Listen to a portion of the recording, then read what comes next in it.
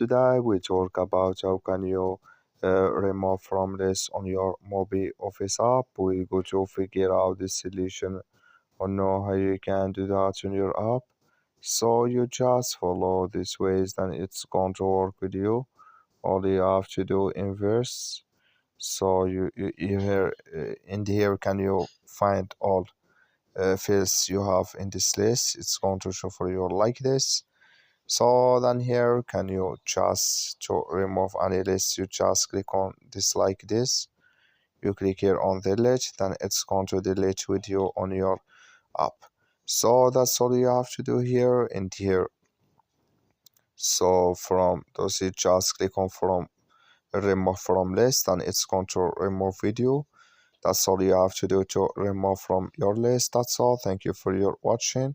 Don't forget to support us by like and subscribe. So thank you for your watching.